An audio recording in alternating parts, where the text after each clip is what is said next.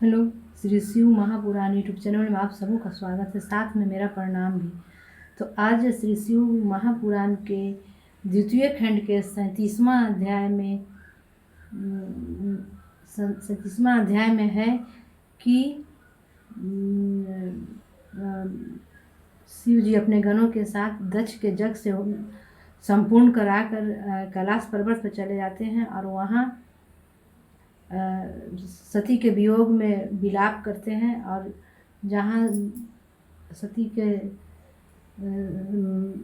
शरीर को मृत शरीर को लेकर के कंधे पर लाद करके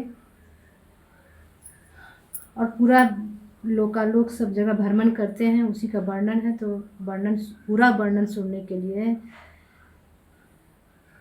पूरी 37वां अध्याय सुनना होगा। इसके पहले मैं अपने गुरु की स्तुति कर लेती हूँ, फिर आगे की कहानी सुनेंगे और सुनाएंगे।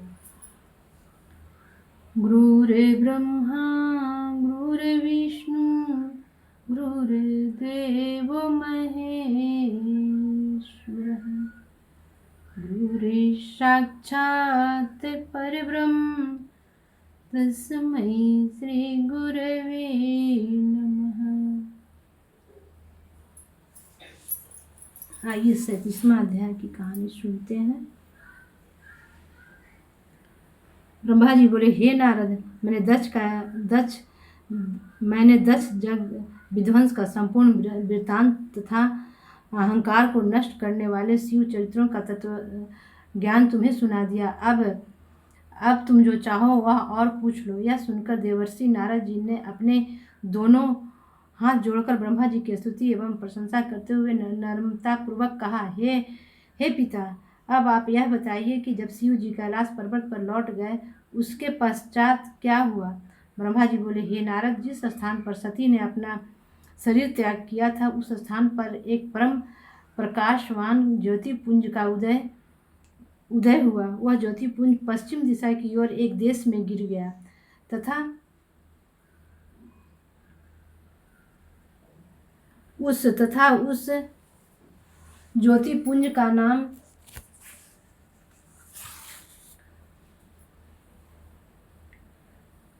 ज्योतिपुंज का नाम ज्वाला भवानी हुआ।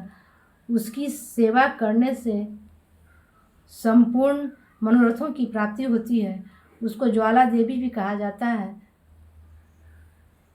कल्प भेद के अनुसार सती के अन्य अंग भी प्रकट हुए हैं। वे जहाँ जहाँ गिरे उन स्थानों की महिमा अलग अलग है। सूत जी बोले, हे ऋषियों, यह वृत्तांत सुनकर नारद जी ने ब्रह्मा जी से पूछा, हे पिता, अब आप कल्प भेद से सती के संपूर्ण चरित्रों का वर्णन करें और यह बताएं कि उनके द्वारा किन किन देवियों की उत्पत्ति हुई है। यह सुनकर ब्रह्मा जी ने कहा, हे नारद, अब तुम कल्प भेद के अनुसार सती के चरित्रों को सुनो। एक कल्प की कथा यह है कि जब सती जी ने दक्ष के यज्ञ में पहुंचकर अपना अपमान तथा शिव जी के निरादर को देखा तो वे अत्यंत क्रुद्ध हुई।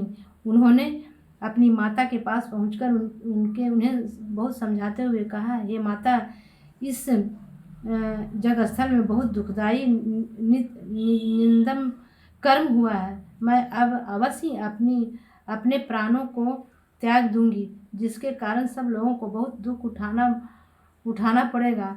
मेरी मृत्यु के पश्चात शिव जी के गण बहुत उपद्रव मचाएंगे और कोई भी व्यक्ति दंड पाए नहीं बचेगा। तदुपरांत शिव जी मेरे वियोग में बहुत दुखी होकर तीनों लोकों में भ्रमण करेंगे। हे नारद, इस प्रकार की भविष्यवाणी कर सती जी ने उस स्थान से चला जाना चाहा, परंतु उनकी माता तथा बहनों ने उन्हें रोक लिया।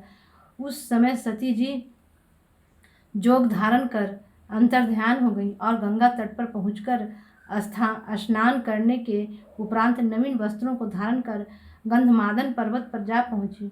वहां उन्होंने सर्वप्रथम शिव जी की पूजा की। तदुपरांत श्वास को ब्रह्मांड पर चढ़ाकर शरीर को त्याग पर ब्रह्म की ज्योति में लीन हो गई। उस समय तीनों लोकों में भारी हाहाकार मच गया और एक ऐसा शब्द उत्पन्न हुआ जिसके कारण दैत्यों के घर नष्ट हो गए और देवता वो अत्यंत दुखी हुए। सती जी के साथ जो गण जग स्थल पर जग मंडप में गए थे वे भी अत्यंत दुखी हुए। उनमें से कुछ तो आत्मघात करके मर गए और कुछ विभिन्न प्रकार के उपद्रव करने लगे। यह देखकर भृगु ऋषि ने अपनी मंत्र शक्ति की द्वारा जग की रक्षा की। उस समय शिव गणों ने भगवान सदाशिव के समीप पहुंचकर सब वृत्तांत कह सुनाया और उनसे अपनी रक्षा की प्रार्थना की। उस समय उस समाचार को सुनकर शिव जी ने अत्यंत क्रोधित हो अपनी जटा को उखाड़ा और उसके द्वारा अनेक गणों को उत्पन्न किया।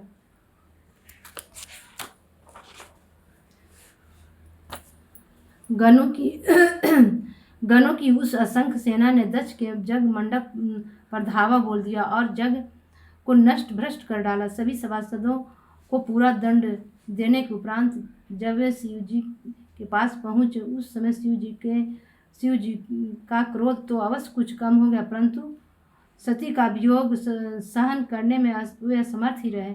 उसी दुख में व्याकुल होकर वे अपने गणों को साथ ले गंगा तट पर जा पहुंचे और जिस स्थान पर सती ने अपना शरीर त्यागा था उस स्थान पर पहुंचकर वहां सती के शरीर को पड़ा देख मूर्छित तथा मोहित हो गए। कुछ देर पश्चात जब उन्हें चेत हुआ तो वही सती का शरीर ऐसा दिखाई दिया मानो कोई श्रेष्ठ कमल खिला हुआ हो। उस स्वरूप को देखकर शिव जी फिर मूर्छित हो गए। इसी का आश्रय लेकर उन्होंने यह भी प्रदर्शित कर दिया कि मोह सब दुखों का मूल है। इतनी कथा सुनाकर ब्रह्मा जी ने कहा, हे नारद, तुम इस संबंध में कोई संदेह मत करना। शिव जी की लीला अत्यंत विचित्र है। अस्तु कुछ देर पश्चात जब शिव जी की चैतन्यता प्राप्त हुई तब वे अपने को निपट अभागा अनुमान कर अघोर और निर्बल हो गए तथा किसी भी प्रकार संतोष धारण न करके जोर जोर से रोने चिल्लाने लगे। हे प्राण प्रिय, तुम्हारे तिरछे नेत्रों को देखे बिना मुझे बेचैनी हो रही है। भला तुम इतनी निष्ठुर कैसे हो गई कि मुझ से बोलती तक नहीं हो। इस प्रकार कहते हुए शिव जी ने सती के मृत शरीर को अपने हाथ में उठाकर हृदय से लगा लिया। तदुपरांत उसे बार बार कंठ से लगाकर चूमने लगे। इस प्रकार अपने प्रेम को प्रदर्शित करते हुए वे फिर मूर्छित हो गए। कुछ देर बाद जब उन्हें चेतनता प्राप्त हुई तब वे सती के मृत शरीर को अपने कंधे पर लाद कर घोर दुख उठाते हुए चारों ओर भ्रमण करने लगे और संपूर्ण देश, पर्वत, द्वीप, समुद्र, वन, लोकालोक, सप्तशृंग पर्वत आदि संपूर्ण पृथ्वी का भ्रमण किया। तदुपरांत वे भरतखंड में आकर देव नदी के तट पर खड़े हो गए। उस स्थान पर एक बरगद का बहुत बड़ा पेड़ था। श्रेष्ठ बरगद का तथा श्रेष्ठ वृक्ष था। वहीं दौड़ दौड़कर शिव जी ने रुदन करना आरंभ कर दिया। साथ ही सती प्रिय आदि अनेकों नाम ले लेकर वे सती जी को पुकारने लगे। उस समय उनके नेत्रों से आंसुओं की धारा बह निकली। हे नारद, जिस स्थान पर भगवान सदाशिव के आंसू गिरे वह स्थान नेत्र सरोवर नामक तीर्थ के रूप में प्रसिद्ध हुआ। उस तीर्थ में स्नान करने से मनुष्य को अपने संपूर्ण मनोरथों की प्राप्ति होती है। वह स्थान तपस्वियों के लिए श्रेष्ठ तपोभूमि है। उस तीर्थ पर स्नान करने से संपूर्ण पाप नष्ट हो जाते हैं। उस सरोवर की लंबाई का प्रमाण 2 योजन है।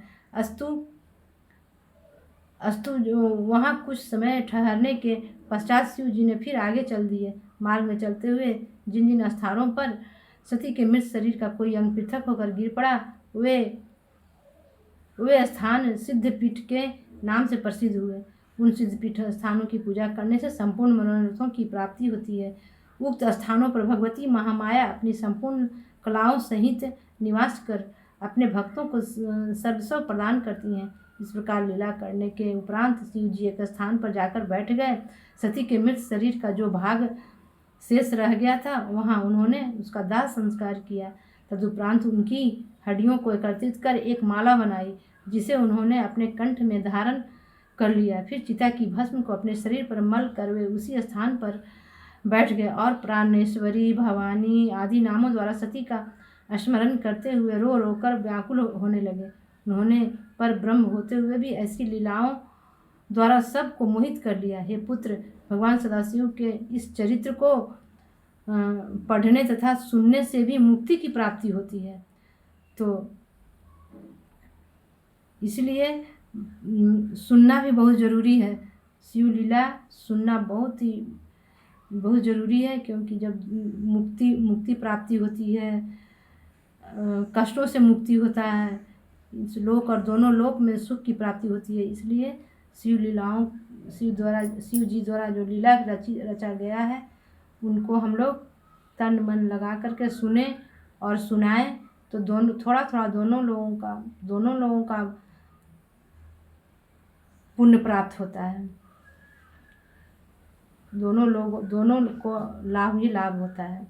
आज की वाणी अपने शिव गुरु के चरणों में विराम देती हूँ। फिर से अगले 38वां अध्याय जो कि द्वितीय खंड का अंतिम अध्याय है, उसके बाद तृतीय खंड का शुरू होगा। तो तृतीय खंड में आगे की कहानी है, जो अगले एपिसोड में सुनेंगे और सुनाएंगे।